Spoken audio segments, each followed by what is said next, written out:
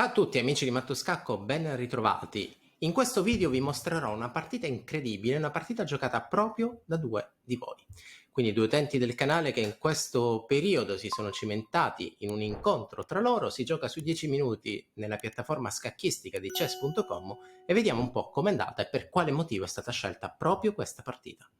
Il bianco è iniziato con E4 e sicuramente, trattandosi di giocatori amatoriali, quindi giocatori alle prime armi, questa mossa è senz'altro quella più consigliata. La spinta del pedone in E4, così come la successiva spinta del nero, sono le prime mosse consigliate a tutti i giocatori che iniziano a giocare a scacchi. Chi si cimenta per le prime volte nella nostra disciplina vuole senz'altro cercare di creare armonia e per imparare a creare le piccole coordinazioni che poi ci aiuteranno durante il corso di tutta la partita, è importante giocare E4 da bianco e 5 da nero. Per quale motivo? Chiaramente nell'immediato apriremo una traiettoria per il nostro alfiere che accelererà il nostro arrocco corto e quindi così via. Cavallo F3 per il bianco, vediamo un po' che cosa è accaduto. Pedone D6 e già questa non mi piace. Non dico che questa sia una mossa sbagliata, però una mossa che senz'altro non mi piace, considerando che il giocatore con il nero è un giocatore amatoriale. La spinta D6 è una mossa abbastanza frequente, ha anche un nome, è il nome di apertura Philidor, un'apertura di contropiede dove più che creare tattica, che creare coordinazione di pezzi, il giocatore con il nero cerca di creare concetti strategici, quindi le posizioni chiuse chiaramente sono quelle più difficili da giocare. Una mossa frequente dopo cavallo F3 sappiamo essere cavallo C6 e poi da lì in poi tantissime diramazioni, tra cui l'apertura italiana, l'apertura spagnola, e sono quelle principali. Quindi cavallo F3, pedone D6, siamo in partita, alfiere C4, logica, vogliamo accelerare l'arrocco corto e a questo punto la partita prosegue con H6. Adesso vi consiglio, fate molta attenzione, prendete un foglio di carta, scrivete non perdere tempi di pedone in apertura e dopodiché lo posizionate accanto al vostro computer. La mossa H6 è senz'altro una mossa che in questa posizione non serve a molto. È una mossa che segue una logica, la logica è prevenire il famoso attacco su F7 che sin dall'inizio si potrebbe creare con il supporto e la coordinazione cavallo-alfiere lì su F7. Quindi un cavallo in G5 è senz'altro una mossa parecchio noiosa e fastidiosissima da subire perché in coordinazione con l'alfiere prende di mira colui, quindi quel pedone, colui che è il pedone più debole in apertura. Ci sono alternative ad anticipare il salto del cavallo? Sì, e la migliore alternativa è senz'altro quella di sviluppare un pezzo. Alfiere E7 per il nero avrebbe esattamente la stessa idea, prevenire il salto di cavallo, dopodiché accelera il possibile arrocco, perché dopo cavallo F6 siamo da subito pronti a mettere il nostro monarca, il nostro re nero lì al sicuro con l'arrocco corto. Quindi se cavallo G5 in questo caso semplicemente me lo pappo. Dunque in partita H6, che definisco essere una mossetta che a volte potrebbe essere controproducente per la strategia di un giocatore, il bianco reagisce in un modo abbastanza concreto. Come vedete il nero fino adesso ha mosso soltanto dei pedoni e quindi il bianco decide ok, adesso gioco per l'iniziativa, spingo in D4, cerco di attaccarti, vediamo un po' che cosa accadrà. La spinta del pedone D4 è una mossa logica che rispecchia due piccoli consigli. Il primo, se il vostro avversario è lento, aprite il centro, attaccatelo. Il secondo, se il vostro avversario è rimasto con il re al centro, bene, prendetelo di mira, e il modo più facile è cercare di aprire la posizione. Chiaramente, mosse più semplici e più facili come arrocco corto sono senz'altro delle alternative facili e sicuramente corrette. Pedone D4, pedone cattura, donna per D4, 3 pezzi bianchi sono stati sviluppati, sono pronti lì a coordinarsi contro il re avversario e vediamo un po' se riuscirà a creare qualcosa di concreto. Sappiamo anche che la donna lì al centro della scacchiera è sempre soggetta a degli attacchi fastidiosi, quindi cavallo C6 sembra essere una mossa così spontanea che alla quale bisogna cercare di correre al riparo. Il cavallo attacca la donna che si dovrà spostare e adesso la scelta è chiaramente dove potrà andare in D3, potrà andare in D2, potrà andare in D1 oppure da altre parti. Diciamo che donna C3 sembra magari essere la scelta più corretta, mantengo la donna su una diagonale, magari do fastidio a quest'alfiere, però tatticamente questa mossa perderà per D5. O meglio, D5 è una mossa molto interessante perché prevede questa coordinazione in cui l'alfiere va in B4, attacca la donna, dietro il quale si trova il re. Tuttavia sembra non funzionare, o meglio, se catturo di pedone funzionerà, sarà la mossa vincente per il nero che subito ottiene un vantaggio materiale, però se prendessi di alfiere B4 non funziona perché con uno scacco, alfiere per scacco al re, rimuove il difensore del punto B4. Senza dilungarmi troppo su dove spostare la donna, sappiamo che se dovesse andare indietro in D2, chiaramente tappa il nostro alfiere, rende l'alfiere nero, lo obbliga a restare nella posizione iniziale. Se andasse in D1 vuol dire tornare nella casa di partenza. Però probabilmente tornare nella casa di partenza è un'alternativa migliore rispetto a donna D5, che sembra essere, e ripeto, sembra essere soprattutto dal punto di vista materiale una mossa forte e logica che crea un'immediata batteria sul punto F7, creando quel tipo di matto che prende il nome di scacco matto del barbiere, che mette in evidenza la debolezza del pedone F7.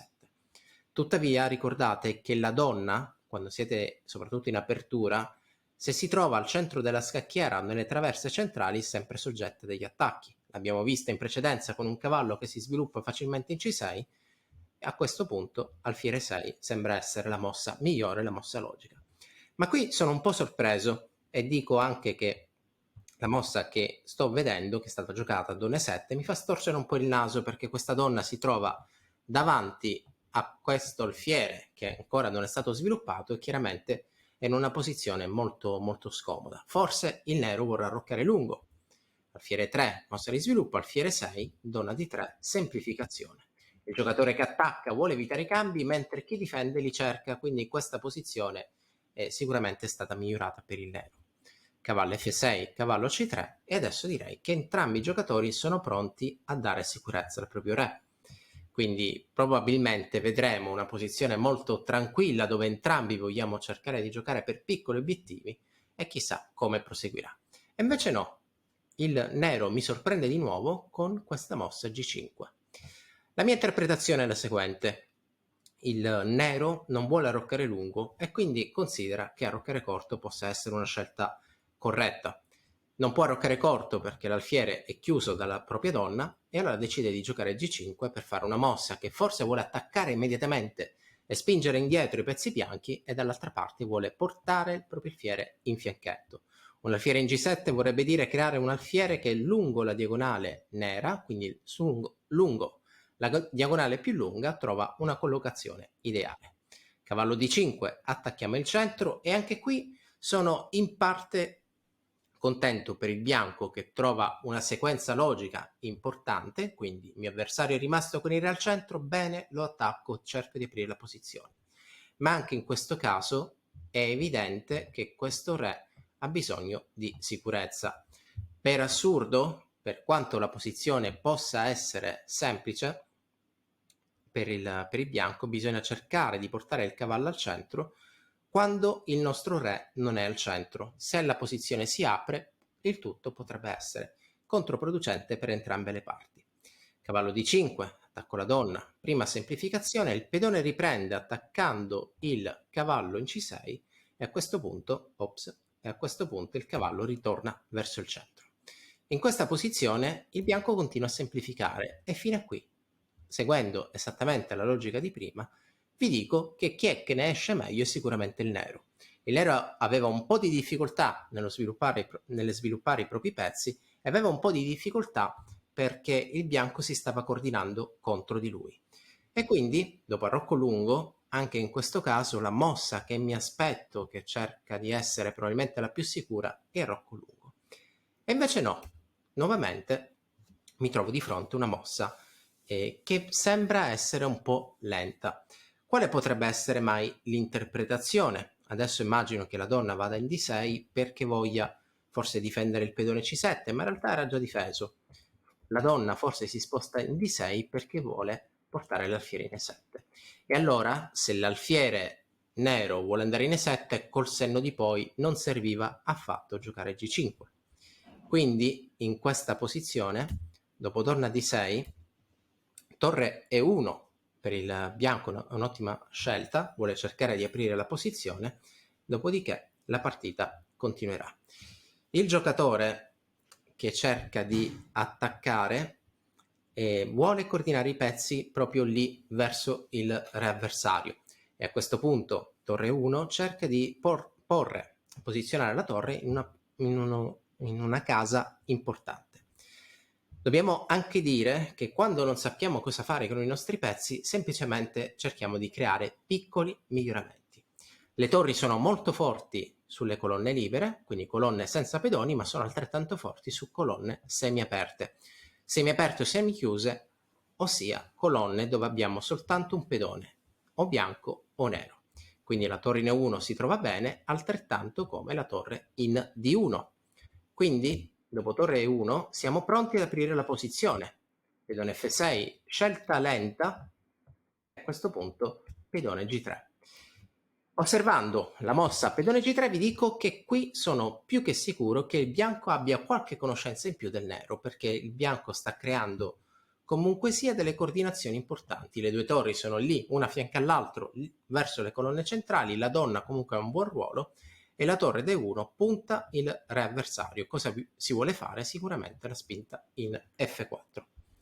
Alfiere 7 sulla scacchiera, pedone F4, aprire la posizione. Scelta corretta, complimenti al bianco. Pedone per F4, non mi piace. Quando il vostro avversario vi costringe ad aprire una colonna contro il vostro re, prima di tutto dobbiamo cercare di capire se possiamo evitare questa apertura. Ad esempio, se il nero catturasse con il pedone G, chiaramente la colonna resta chiusa. È chiaro che poi il bianco, se è un giocatore esperto, comunque calcolando un po', riuscirà ad aprirla, però sempre meglio ritardare l'apertura delle colonne centrali. E qualcuno dirà, beh, è lo stesso, catturo prima, catturo dopo, si otterrà la stessa posizione. Però se catturo prima, quest'alfiere potrebbe saltare subito in C5 sfruttando l'inchiodatura dell'alfiere in E7, e a quel punto donna per C5 vorrebbe dire perdere rapidamente. L'alfiere è inchiodato, si trova sul percorso della torre bianca, e chiaramente con un doppio attacco siamo in presenza di coordinazioni che potrebbero portare allo scacco matto. Ma in partita non va così. Pedone per F4, pedone per F4, e dopo donna D7, pedone per G5. Va bene, continuiamo ad aprire la posizione. Da bianco sono abbastanza soddisfatto, dopodiché troviamo la mossa giusta, alfiere C5.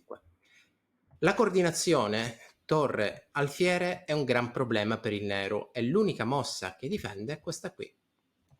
Adesso il nero è costretto a giocare mosse passive, difensive, deve cercare di non perdere rapidamente questa posizione, e quindi nel momento in cui il bianco, che ha portato alle corde l'avversario, deve cercare di continuare il proprio attacco. La mossa più veloce per attaccare è probabilmente questa, donna B4, aumentando il controllo su punte 7.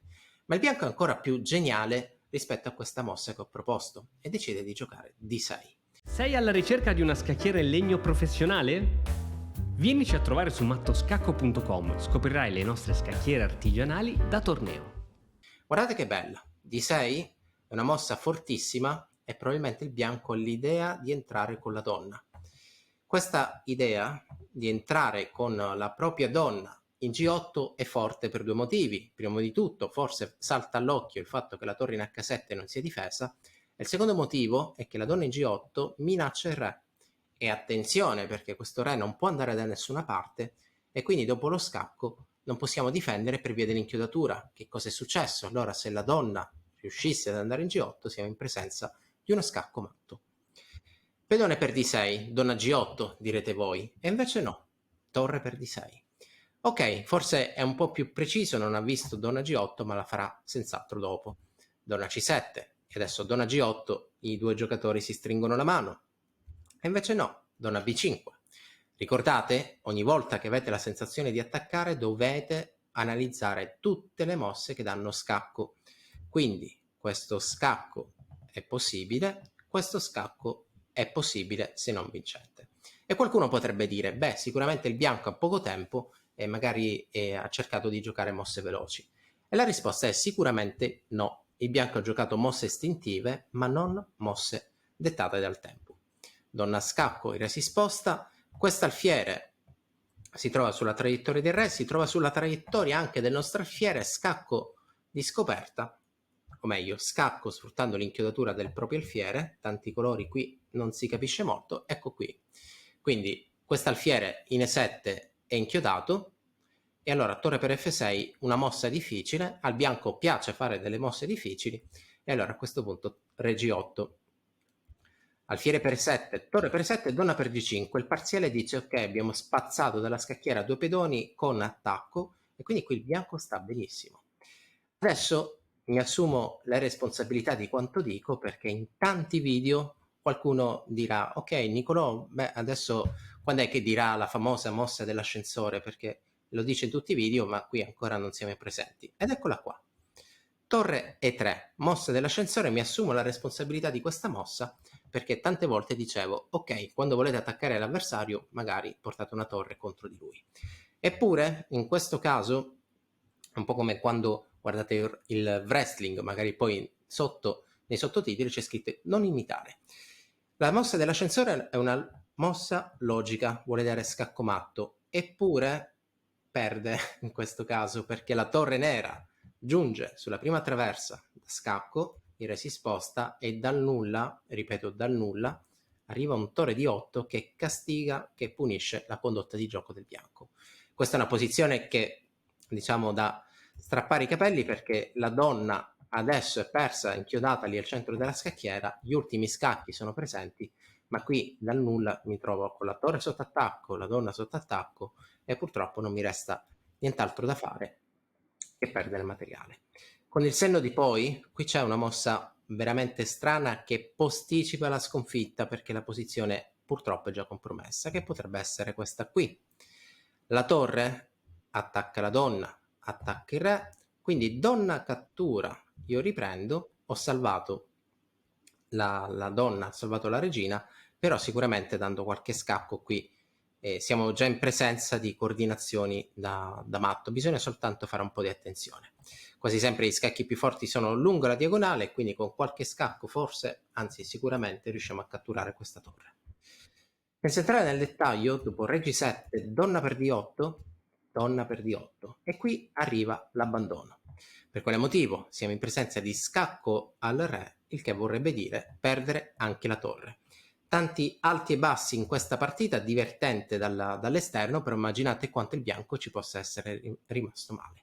Rivediamola, E4 E5, cavallo F3, pedone D6, apertura Philidor, alfiere C4, mossa logica, H6, ricordate, non so se l'avete fatto, comunque scrivete, non devo perdere tempi di pedone in apertura, perché questo vorrebbe dire non sviluppare i nostri pezzi.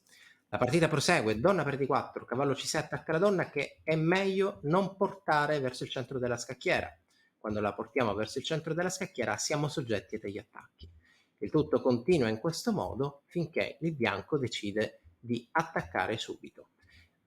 Sempre meglio farlo dopo aver arroccato, anche questo è un consiglio fondamentale.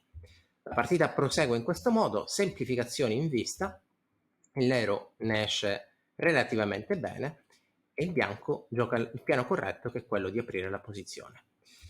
Il nero va per la sua strada, però in realtà dopo l'apertura della posizione sembra che crolli tutto da parte sua. Prima occasione mancata, c'è uno scacco matto in una mossa che il bianco non ha minimamente considerato. Seconda occasione mancata, anche qui donna G8 avrebbe vinto all'istante, per poi giocare mosse molto più difficili. Il bianco quindi cerca di essere materialista catturando pedoni finché gioca, e qui ripeto in declino da ogni responsabilità, la manovra dell'ascensore, che purtroppo è perdente. Scacco decisivo per il nero, che poi inchioda la donna, e dopo queste mosse la partita si conclude. Spero che vi sia piaciuta, appuntamento al prossimo video. Ciao a tutti!